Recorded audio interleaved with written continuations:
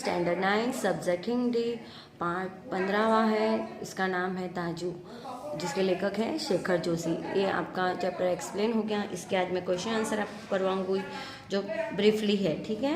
Means बड़े answer है जो 5 या 6 सेंटेंस में आपको लिखने हैं। जगदीश बाबू को पहले पहले नए शहर में आकर कैसा लगता था?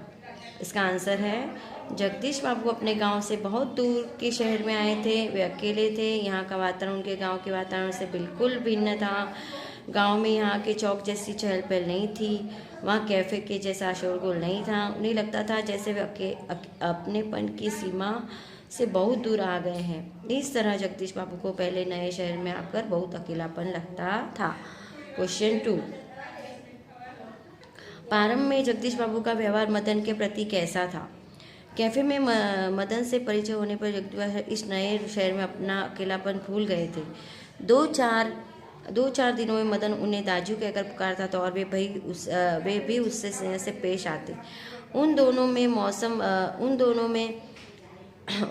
में मौसम संबंधी बातें होती। मदन उनसे उनके कम खाने की शिकायत करता। मदन को वे अपने दाजू बड़ा भाई जैसे ही लगते थे। दाजू का मतलब क्या है? बड़ा भाई। इस तरह प्रारंभ में जगदीश बाबू का मदन के प्रति व्यवहार बहुत स्नेहपूर्ण और अपनत्व से पूर्ण था। जगदीश बाबू ने मदन को दाजू कहने पर क्यों डांटा? आंसर, आरंभ में मदन को अपने क्षेत्र का लड़का समझकर जगदीश बाबू को बहुत अच्छा लगा था। वह उन्हें दाजू कहकर संबोधित करता था। लेकिन आखिरकार मदन कैफे का एक बॉय था, जबकि जगदीश बाबू मध्यम वर्ग के एक प्रतिष्ठित व्यक्ति थे। मदन कैफे में सबके सामने उन्हें दाजू कहता था। यह जगदीश बाबू को पसंद नहीं आया। इससे उनकी प्रतिष्ठा को धक्का पहुंचता था। इसलिए उन्हें दाजू कहने पर मदन को डांटा।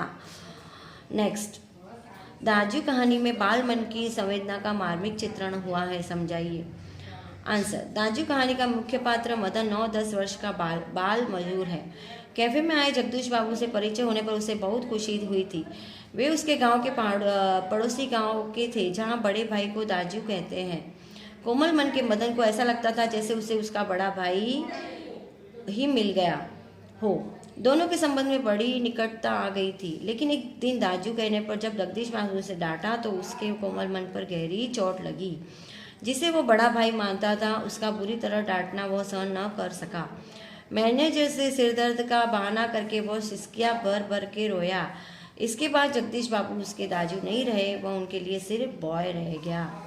ये क्वेश्चन आंसर आपके ब्रीफली हो गए हैं। अभी नेक्स्ट एक एक वाक्य के आंसर जो है वो मैं आपको करवा देती हूँ, ठीक है। मदन का गांव किस पहाड़ी क्षेत्र में था? मदन का गांव अल्मोड़ा के पहाड़ी क्षेत्र में था। नए ग्राहक हेमंत को मदन ने अपना नाम क्या बताया? नए ग्राहक हेमंत को मदन ने अपना नाम बॉय बताया। जगदीश बाबू के व्यवहार से मदन को चोट क्यों पहुंची? जगदीश बाबू के व्यवहार से मदन को चोट पहुंची क्योंकि अपने प्रति उसके अपनत्व पर प्रहार किया था। अभी आपके ब्रीफली और 1 सेंटेंस के आंसर हो गए जो आपको करने हैं, ठीक है। Thank you.